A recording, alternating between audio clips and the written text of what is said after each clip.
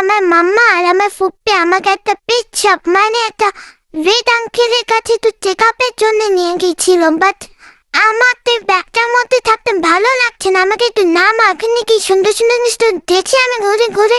কি জ্বালাতন, আমি তো ওখানে থাকবোই না। আমি চিল্লাই চিল্লাই ফাটাচ্ছি আমাকে, বের করো আমাকে। বাচ্চারা করে এখনো কথা শুনে মানুষের। পরে আমার জেদ দেখে আমার ফুপ্পি আমাকে একটু কোলে নিয়ে বসলো। আমি ঠান্ডা হই নাকি দেখতে, বাট আমার ধান্দা তো আমি নিচে নেমে জিনিসগুলো দেখবো, তাই আমি এক লাফ মেনে নেমে গেলাম। তারপর নেমে সব শুকি শুকি দেখি এখানে কত কত বিড়ালের গন্ধ পাচ্ছি আমি। হ্যাঁ, কারা আছে এখানে? কাউকে তখন দেখতে পাচ্ছি না। আর এত রকম খাবার জিনিস দেখে আমার মাথা খারাপ হয়ে যাচ্ছে। তা খাবার কি নিয়ে যাবো আমার পকেটে করে? হ্যাঁ, কেউ যেন না দেখে আমার একটা সুযোগ খুঁজে নিতে হবে কিছু খাবার। আমার মামা যখন আমাকে খেতে দিবে না তখন আমি এগুলো বসে বসে খাবো কিন্তু।